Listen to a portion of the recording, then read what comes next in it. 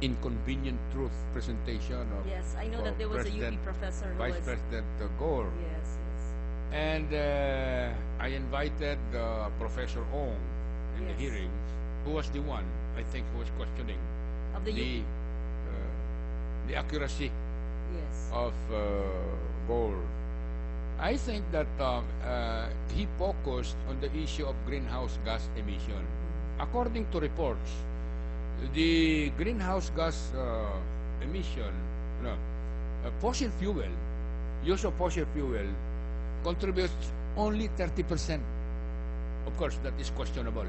Only 30% of the greenhouse gas, total greenhouse gas emission in the planet, saying that the other components are from deforestation, is one major cause. And of course, the other ones are other man's activities that would tend to, like, for example, garbage. The emission from the Methane. garbage, yes. The disposal of garbage, for example, is also one such contributory factor to a total greenhouse emission, greenhouse gas emissions in the world.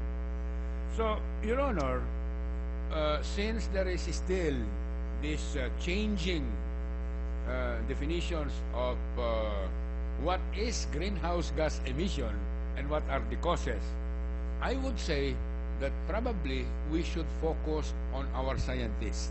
Not only our scientists in PVORBs, not only our scientists in PAGASA or the Manila Observatory, but other such things. Now, the question is, are we sending some of our scientists to global aggregation of scientists focused on studying the causes and the effect of the causes and the effects of climate change? I know that there are conferences abroad, Mr. President, and that there are government delegations that attend these conferences. But whether our scientists from our educational institutions are actually funded or supported by the government, I doubt that, Mr. We President. have to check this Yes. because we need to develop our community of scientists. Oh, we in have the great Philippines. scientists. In fact, We have. Dr. Lasco is one of the 4 Yes. IPCC recipients of the Nobel Prize, along with Vice President Gore, along with Dr. Rex Cruz, Yes, yes, with yes. Dr. Pulin, and Yes. the 4th one is Dr. Rosa Perez. Yes, the 4. Are these ad hoc? Are these ad hoc events or are these programmed events that they attend? Oh, Mr. President, they are members of the International Panel on Climate Change Yes. that was established decades ago, that created the all these that was created by the UNEP. However, they are not just a group. They have their different concerns. Dr. Lasco is the head of the World Agroforestry Center. They have their many concerns. They attend conferences, studies abroad, I think on their own. I don't know if the government officially sends them to represent the Philippine government or to enhance their scientific study on climate change. Ang tingin ko, Mr. President, sariling sikap ito.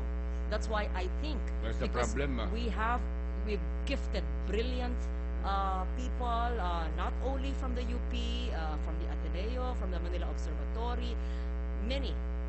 We simply need to put their brains together. Yeah. And to create a commission where we can utilize all their knowledge. There probably is a problem, Mr. President, Your Honor. How do we, as policymakers in the country, take advantage of this pool Oh, Mr. of President, scientists? Do we listen to them? Do we? I Are do, we and I can examining? actually set up. Mr. President, I love talking to brilliant geniuses like them. Yes, but you know, and as I a would body, be more than willing. I would be more than willing to set up a meeting with these IPCC experts. But right at your back, we have the Dean of the UP Los Baños Environmental Sciences Department, Mr. President. All of them are advocates of the environment, and they will be more than willing to Yes, give us yes. lectures and to train our minds. We have and to listen to this community, Your Honor, Mr. President, because we cannot like I am invited to international conferences on climate change. The only question Next time you is take me along, Mr. yes, President. the only question is I am not a scientist, and They will be more than willing to brief you, of Mr. course, President. we also get benefits out of those attendances to foreign conferences. Like I have become more aware of the need for us policymakers to listen more to our scientists, so that we will know what we're talking about. But I think, Mr. President, we should not relegate climate change to a mere science, because you, as chairman of the National Defense and Security Committee, it's right down your alley. Because environmental security, as you very well know, as a student of national security in the National Defense College, socio-economic, political, religious dimension, and environmental dimension of national security. This is very urgent. That is the reason why the NDCC, as you said, should Yes. be a part of this commission. It really crosses so many departments and is not simply a science. Your Honor, Mr. President, the first two hearings were focused on the scientists. The following hearings will be focused on government programs and government responses insofar as the possible effects of the effects of natural caused disasters. But I wanted to focus first on the development of our capability to raise warnings and adopt mitigation measures to definitely the first objective is to reduce casualties and by way of for example putting into place infrastructure that would provide mitigation on the possible effects. So, Your Honor, I would support such move as the creation of a commission on climate change.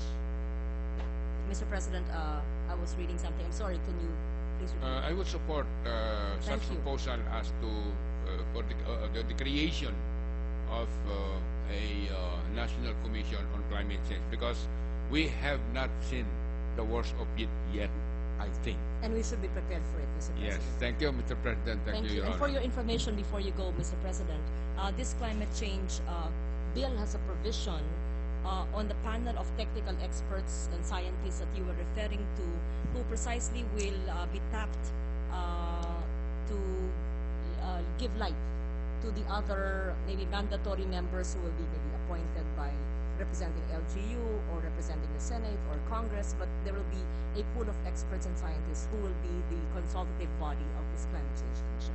I thank you for your interventions, Mr. President, you.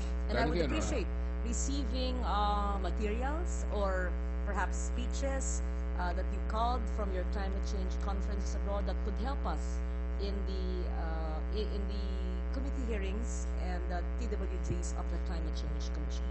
Thank you, Your Honor. Thank you, Mr. President. Senator Jambi.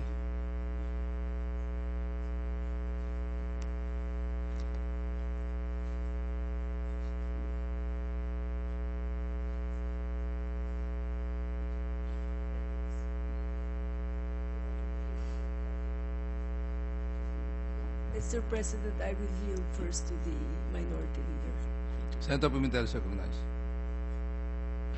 Thank you very much for the kindness of Senator Madrigal, Mr. President, and the President's recognizing me. May we ask a few questions of Her Honor, please? Yes, Mr. President, willingly and with pleasure to our minority leader. I'd like to put on record my appreciation, Mr. President, for the very, you might say, important matter that Her Honor has brought before us this afternoon, and for her daring proposal to create the Commission on Global Warming? Climate change. These are very timely ideas, Mr. President, and I'd like to